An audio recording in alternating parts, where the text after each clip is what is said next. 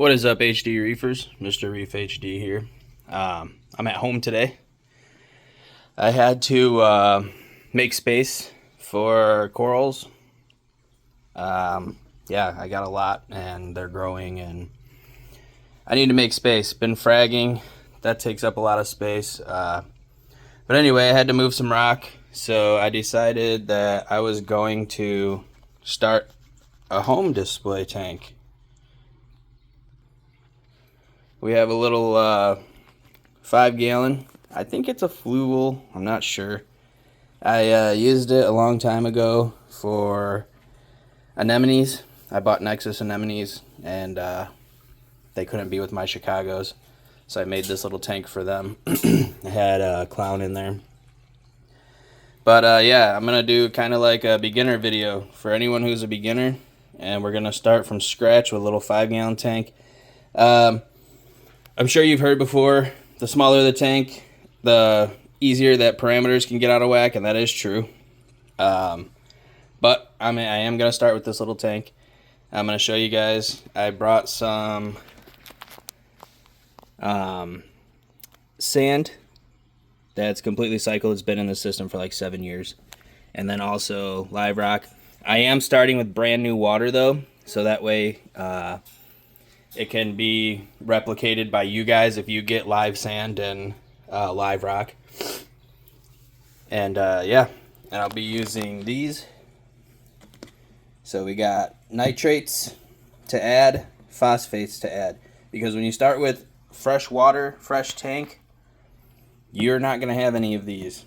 I might with the sand that I'm using because it's old sand. And I do not recommend using old sand for beginners. I just didn't have any new sand laying around, so yeah, that's what I'm working with, because that sand might have nitrates and phosphates in it. In fact, I can almost guarantee you that it does.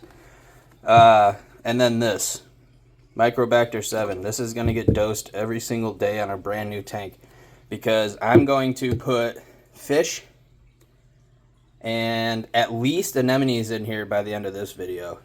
And it's going to be day one. Everything's going to go in day one. And I'm going to show you how you can do that. I don't recommend doing this if you don't have the proper test kits. I have the proper test kits, and I will be testing this probably every 3-4 days to see where I'm at. I'm definitely going to test it today when I'm done, though, and it's been running for a few hours. So, yeah, we'll get to the rest of this. All right, well, I thought I hit the hyperlapse video, but apparently I didn't. So, yeah. All I did was put the sand and the rock in. It's all dry.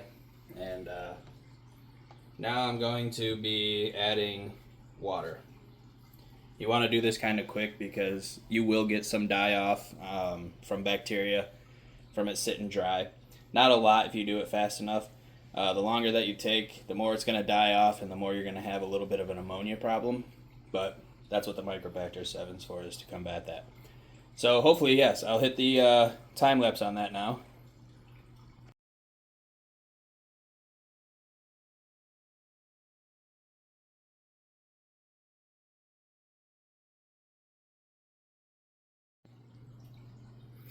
All right, guys. So the sand's in, the rock's in, as you can see, water's in. I'm about to grab a couple anemones and maybe my clownfish, because I'm pretty sure he's gonna be mad that I'm taking his anemones from him. So he'll probably swim right into the net as I grab them out of there.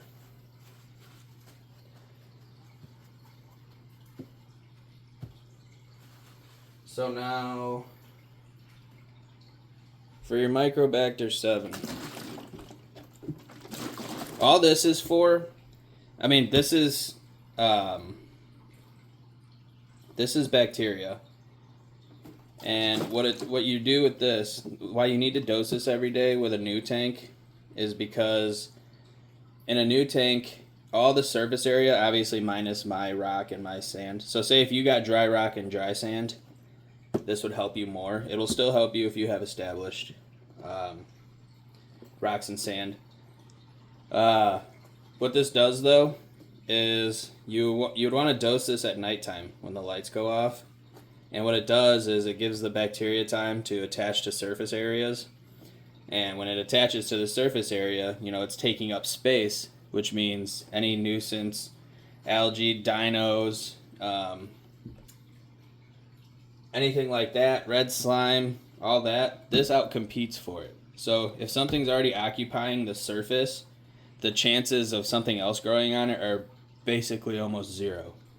Not saying it can't happen, because it can still. But this right here can help your ugly phase, if not completely skip your ugly phase. Every tank is different, so even if you set up this same exact tank with this same exact light, I probably got a little more than 5 pounds of rock in there. I know that I've got less than 5 pounds of sand, probably like 3 maybe. But this tank's a longer tank. It's not, the footprint's not as big. So, and I don't like to run deep sand beds. As you can see, at the most, I'm probably 3/4 of an inch deep at the highest part. So the thinner your sand bed, the more that it can breathe, the easier it is for beginners when you vacuum your sand. You're not going to release a whole bunch of nitrates and phosphates into your water with a sand bed that's this thin. The pros, they'll do 3, 4, 5 inch sand beds, so that way they get that anaerobic bacteria in the bottom layer. And then you got to be very careful when you do maintenance your sand. I don't do that, never have. If you want to get into that, you absolutely can. But for me, it's just not for me. Not for the fact that I could kill all my stuff, just for the fact that I've always had success with corals with a shallow sand bed, so I'm going to keep continuing to keep a shallow sand bed. Then you ain't got to deal with the gases that get put off, and you ain't got to worry about your rocks moving. Because if you ever want to change your rocks on a deep sand bed, you got to be careful, because your rocks are in your sand. And when you pull them up, it's going to release all of that anaerobic bacteria into your tank, and that's not, you're not going to have a good day, let's just say that. And then, again, every tank's different. People will argue and say, oh, I had a deep sand bed and I rearranged my rocks every single day. It is what it is. Whether that's true or not, that's up to them to decide, and you. But you'll hear disaster stories about deep sand beds, you'll hear success stories about it, and you'll hear both of them about shallow sand beds. It's just the name of the game, different tanks. Let me get these out of the way. I didn't realize until I just looked at the camera that they're kind of in the way. So yeah, I'm gonna go get the anemones and hopefully the clownfish. We'll throw them in there, and then we'll do a little testing. Alright guys, so sure enough, the clownfish came out with his anemone. He was not letting it go. So you'll actually be able to get to see him.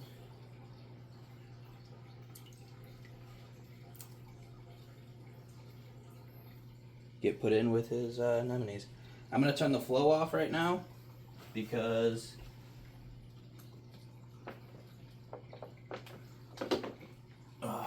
the anemones will need time to attach to the rock. Sometimes it's pretty quick. Sometimes it takes a few hours. What I like to do is set them somewhere towards the top. Oh, we got a little hair in there.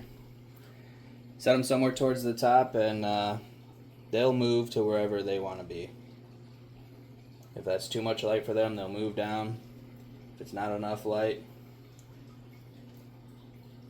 they'll move to a higher area. These guys are real sticky right now, so I feel like they're going to attach pretty quick.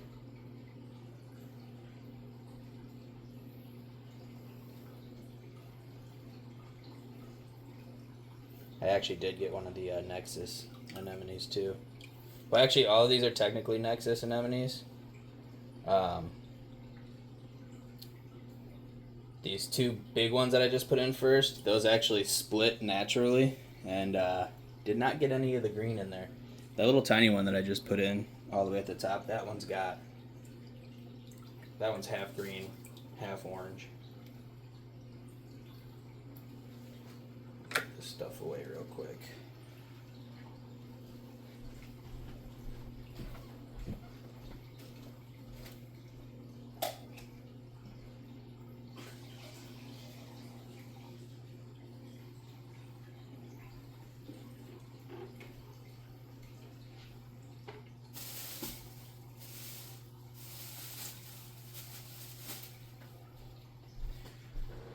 Something you should not forget that I realized when I was putting these fish in here, after touching the tank water that they were in and then touching theirs, the heater. This water is probably, I'd say 5 degrees colder than the other tank's water.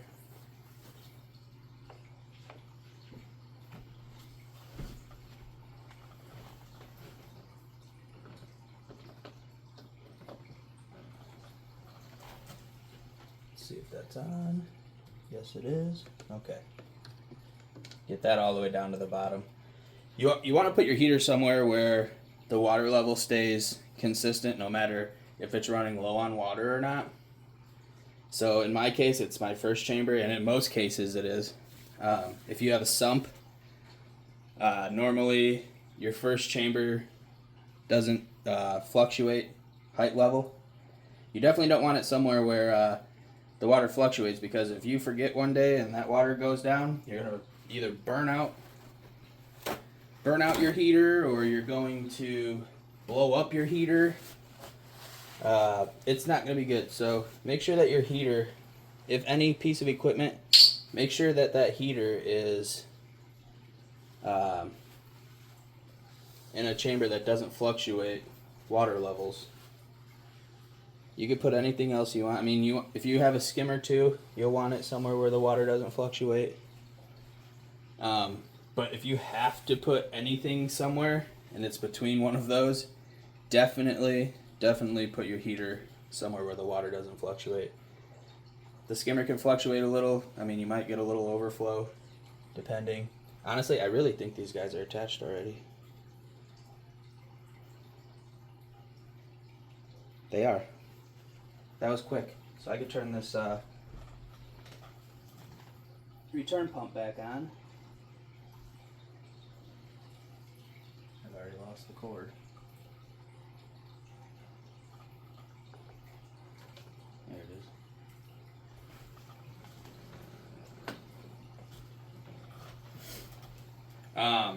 Yeah, they don't always attach that fast. Them attaching that fast just is a sign that they're healthy. And let me take you guys off the stand real quick to give you a little closer to look before we do some testing on the water.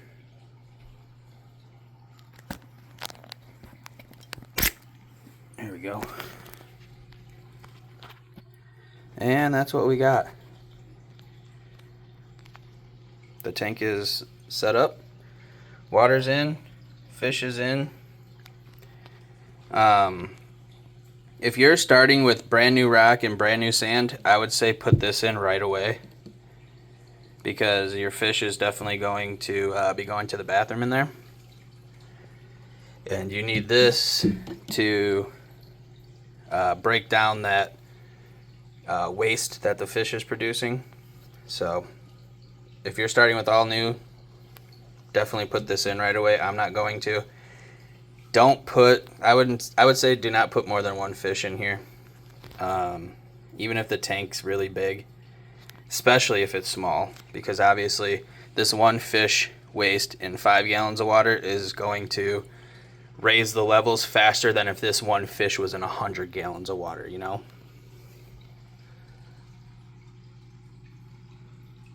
Yep, that guy's got the green and the orange. These guys are just orange.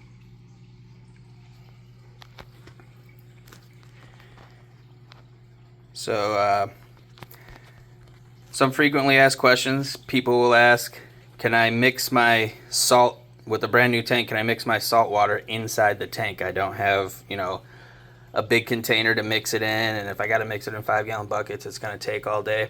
I'll tell you this right now, if you mix your salt and your water in your tank, you will have a layer of soda ash over everything. Soda ash is your alkalinity, and you'll have to wait for the water to clear up. Then you'll have to wipe it all off, which is going to suspend it all in the water column again. And then you're going to have to do that quite a few times before it actually all gets out into the filtration. For the filtration for this, I'm only going to do a refugium. So right in this chamber right here, I'm going to scrape all this off. And I'm going to put a light right here. And I'm going to put Chaeto in it. Chaeto, keto, whatever you guys want to call it. People with chaetomorphus, I believe it's called. Either way, there's going to be a macroalgae in here growing, and that's going to be my only nutrient export. And then obviously the rock and the sand are the biological filtration. I probably won't need any chemical filtration in this tank. I think I'm only going to have NEMs in here. I might do some Zoes. Who knows? I'm not going to promise anything right now because it might not happen. I'll change my mind by the time this video is over. But anyway, I'm going to test the water, and then I will pick the camera back up.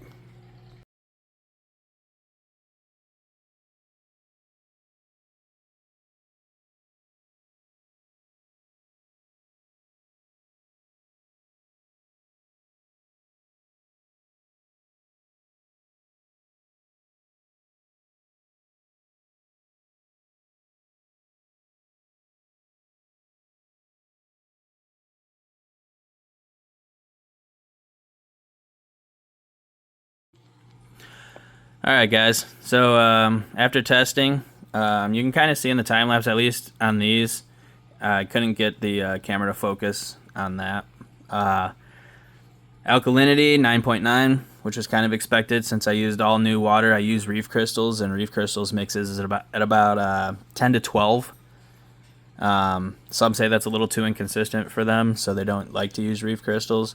You got to figure though, if you're only changing out 10% water every week, it's not really going to do much to your system. On this, obviously I plan to change out a gallon a week. It's 5 gallons. Well, there's actually probably 4 in there. But since I'm not going to be running like a skimmer or anything like that, 5 is good enough. It'll probably be more like 15% or whatnot. So anyway, we had 9.9 on the DKH, which is good. Nitrates, we got 8.8. Now, like I said with the old sand, this is why you don't want to use old sand. 8.8 is absolutely fine, by the way, for nitrates. In fact, I run my other tanks at about 20 to 30. By the time I change my water, it's about 30. But you saw the phosphates. That's the sand. That's the used sand that I stirred up. It was shallow. It was shallow sand, but it still does hold phosphates. You saw the phosphates were 0.34, which is a little high. I'm going to chalk that up to the used sand. Now, that sand is beneficial also because it will turn fish waste into it will turn the ammonia into nitrite, and then nitrite into nitrate and phosphate. So water changes will take that down slowly anyway. So I'm not really worried about it being 0.34. But again, if I would have used new sand, I bet you the phosphates would have been, under 0.1. It would have been 0.0 something, I'm sure. But it's not. But again, that's not bad. It's not good.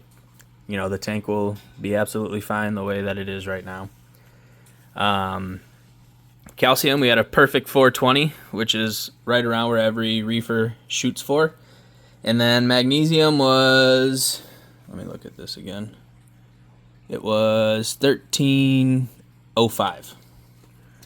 So magnesium's 1305, which that's also an all right range. Personally, I like to run mine closer to 1500. So over time, I'll probably bring that up if I end up putting, euphyllias or something in here, something stony, because magnesium is the way that stony corals absorb calcium and alkalinity. It controls the rate at which stony coral consumes. So the higher that you got, in my opinion and my own research, the higher magnesium, the faster the coral skeletons grow. And for me, it's been tried and true. Again, depending on who you ask, they'll tell you something different and say that's not true. But for me, it's worked. It's worked for 15 years. When I had my first clownfish tank.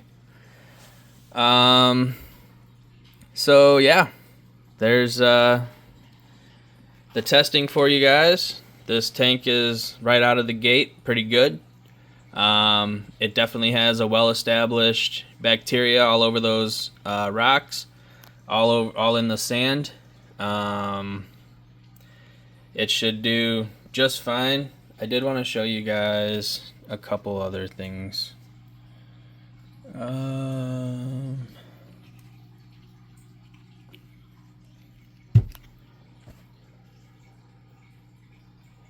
Iodine. Well, iodide, which is iodine. Your tank is going to need some of that. I wouldn't go crazy with it. I wouldn't do what it suggests. I can't remember what it was. It's been so long. I'll do, literally bare minimal of this in my water changes. It helps the reds and corals, the oranges, all of the brighter colors. And then as far as dipping corals, Reef Dip, Sea Chem. I use this, and I also use Revive. I'll use this more so on corals that are look infected and whatnot. The Revive I use for new corals that are coming in that don't seem to have any sort of infection or problem or whatever. What else? Oh, on a brand new tank, always make sure that your salinity is good, because if it's not, you're gonna have problems right out of the gate. Go over a little bit of the tank. I just have a Kessel A80 on here, nothing special. This little return pump that came with it, it's super tiny. You might have seen it in the video. It might have been going too fast. The heater, I literally just have a 5 to 10 gallon preset heater. It'll keep this water at like 77 to 78 degrees. I personally like to be about 75, but with a tank this small and a preset, you can't really mess with it. It just kind of keeps it set where it keeps it set. But I know from past experiences, because I've had the same setup with all the same equipment, that it keeps it nice and right around 78. So let's get some of this flow down real quick, because I'll show you guys the blues with the little filter. Oh, I ain't even got my filter set up. 1 second. Okay, so here's no filter, all white light. You can see these guys are still acclimating. Oh, where are we at here? Okay, now let's switch to blue with a filter. Blue no filter.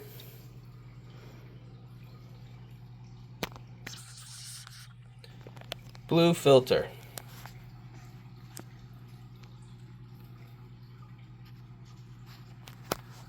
I do expect this tank to go through a little mini cycle. Nothing crazy. I don't think it will get any sort of any dinos or anything like that. It could, but at nighttime, I'm definitely going to be dosing the Microbacter 7 to combat that.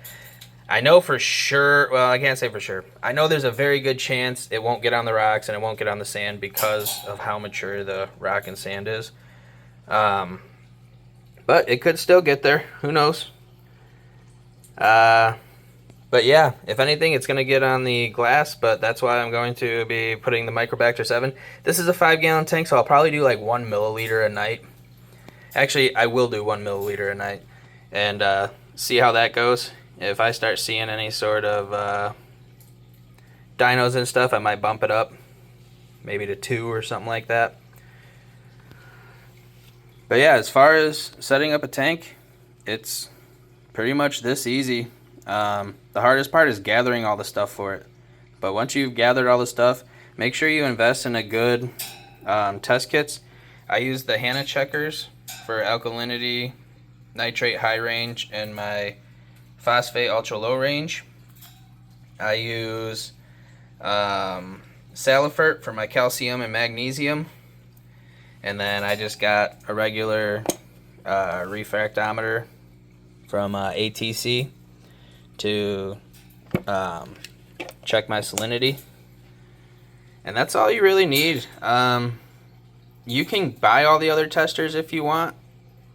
These are the most important in my opinion. I do send out ICP tests on my other tanks every 3 months.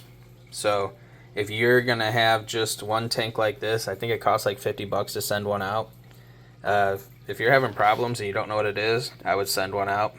The chances of you having problems if you're changing out 10% water every week, like religiously, that's gonna take away like 90% of the problems that you could run into.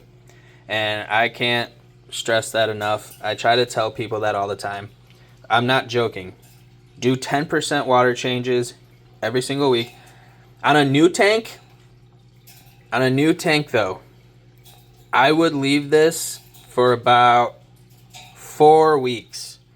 2 to 4, I'll say 2 to 4. If you're gonna do the Microbacter, 2 to 4 weeks. Before you do your water change, make sure that your nitrates and phosphates are climbing first. If they're not climbing, leave it alone. If they're climbing in the first week or two, you know, if it's before 2 weeks, don't change your water out. Give it at least 2 weeks, then start doing your 10% water changes. If they don't climb by 2 weeks, wait till 4 weeks. Once they climb, you're good to start doing your water changes. Other than that, I will try to do a weekly update on this so you guys could see it like week by week, so that way you know, there's no time really in between for you know, anything to happen, because you know, there's some people that will tell you it's been a week and it's only been, or it's already been a month or 2 or whatever. But yeah, we'll do weekly updates on this if I can. I'm a very busy person. So yeah, there you go. The tank's set up. You guys see the equipment that I'm using. You guys see the products that I'm using. Oh yeah, as far as water flow, I do have this for right now. I do want to give these guys a while to get settled in. I know they are stuck to the rock, obviously. That's why they're not blown off. But I want them to get their foot really planted before I do this. You need water flow in these tanks. Any tank. The little ones, big ones, you need flow. If you don't have good flow, you're gonna have little dead spots, and they're gonna build up with stuff, and then that's just inevitable. You can dose as much Microbacter and whatnot as you want. If you have dead spots, you are gonna run into buildup, which is gonna turn into algae or, you know, red slime, whatever. So just be aware of that. But yeah, I'm going to get out of here. I will keep you guys updated. Happy reefing.